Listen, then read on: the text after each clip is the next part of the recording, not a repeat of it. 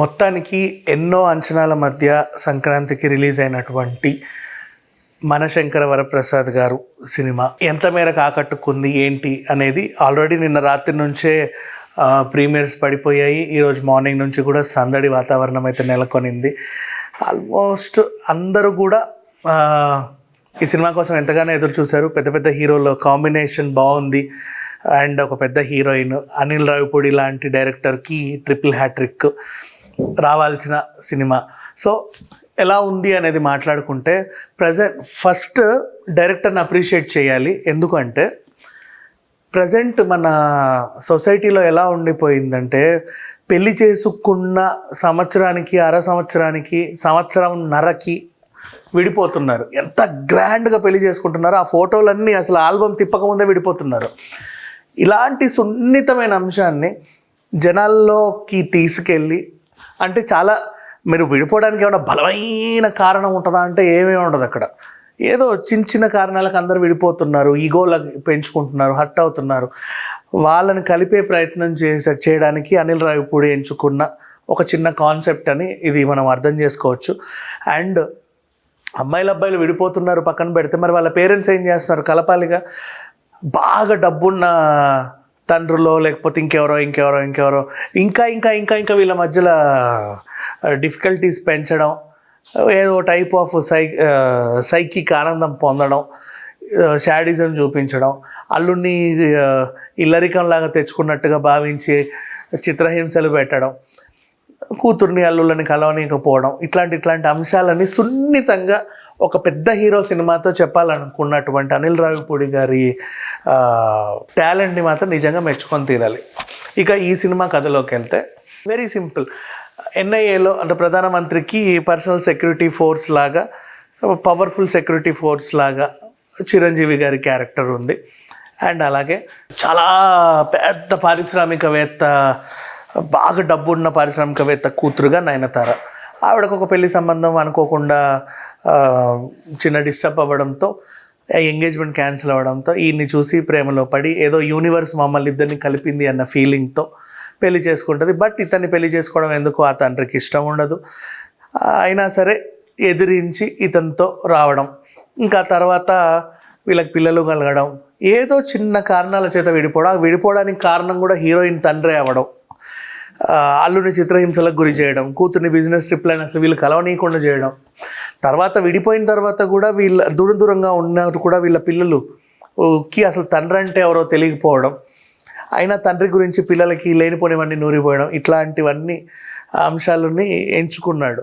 నిజంగా సొసైటీలో ఇలా జరుగుతుంది. ఇప్పుడు భగవత్ కేసరి సినిమా ఉంది, మనకి బంజారా హిల్స్ ఇన్సిడెంట్స్ తెలిసిన తర్వాత ఆ సినిమా చూసిన తర్వాత అరే అవును కదా, చిన్నపిల్లలందరికీ మనము ఏదో నేర్పించాలి, ఎందుకంటే సమాజం ఎలా పోతుంది, అట్లాంటి సున్నితమైన అంశాన్ని పెద్ద హీరోతో చెప్పించడం అనేది చాలా గ్రేట్.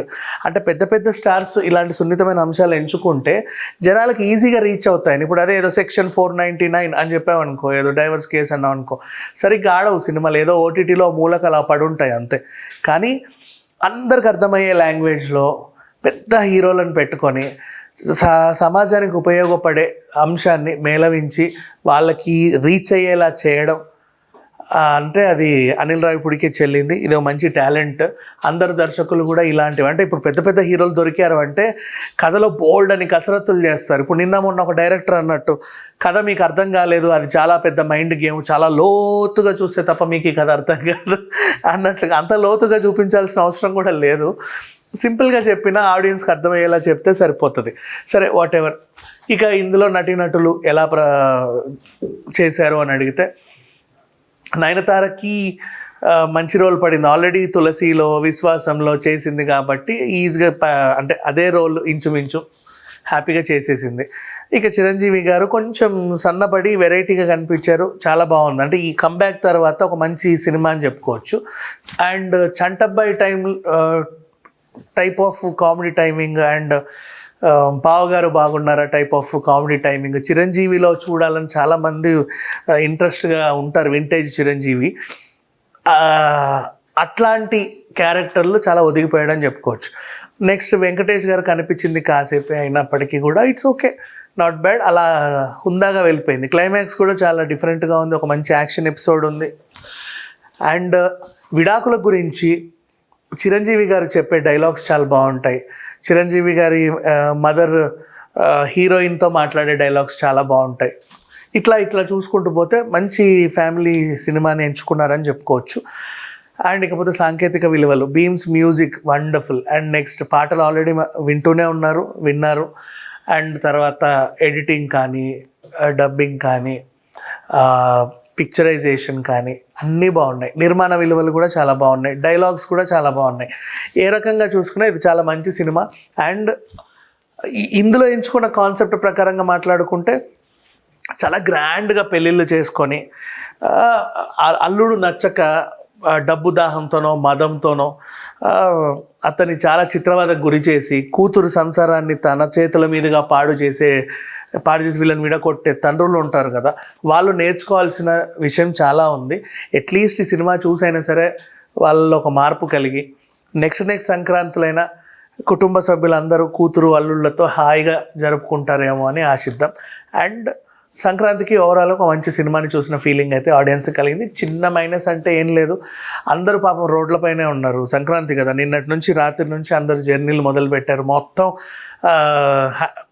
తెలుగు ప్రజలందరూ కూడా ఎల్బీ నగర్ నుంచి విజయవాడ, వైజాగ్, రాజమండ్రి, గోదావరి జిల్లాలకు వెళ్ళే రోడ్లపైన ఫుల్గా ఉన్నారు. మేబీ వాళ్ళందరూ ఈ రాత్రికో ఎప్పుడో హ్యాపీగా రీచ్ అయ్యి రేపైనా సరే కొంచెం లేట్ అయినా పర్లేదు ఈ సినిమాని కుటుంబ సమేతంగా చూస్తారేమో అని ఆశిద్దాం. Thank you so much.